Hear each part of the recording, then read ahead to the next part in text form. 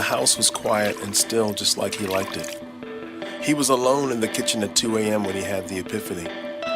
Funny how quickly the universe reveals its deepest secrets after a few fingers of scotch in the middle of the night.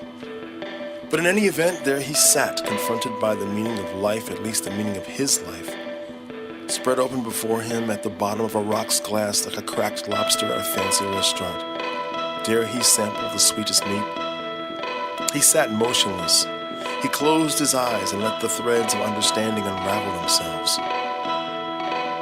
The first thing he realizes is that there is so much they don't tell you. They do try to tell you how to be a man, how to be a success. They do tell you how to strive for excellence, how to obey orders, how to make your mark in the world, but they don't tell you how to be older. They don't tell you what the new rules are when people in their 30s start calling you sir.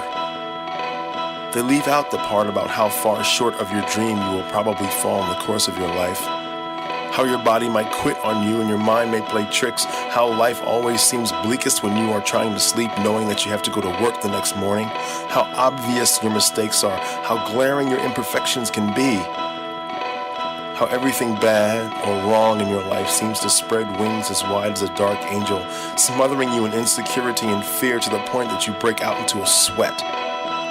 And it's late and black and quiet.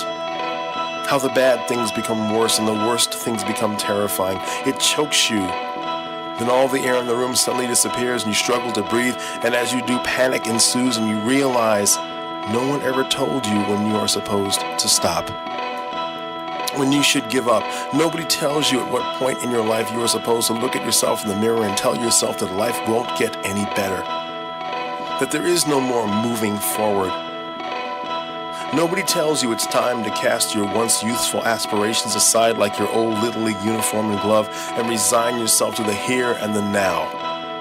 That overwhelmingly the chances are that the one thing you wanted to do your whole life, the one thing you thought you could actually pull off, really accomplish, the single dream you sought to fulfill won't ever happen. That this is it, and this is actually it. His eyes shot open.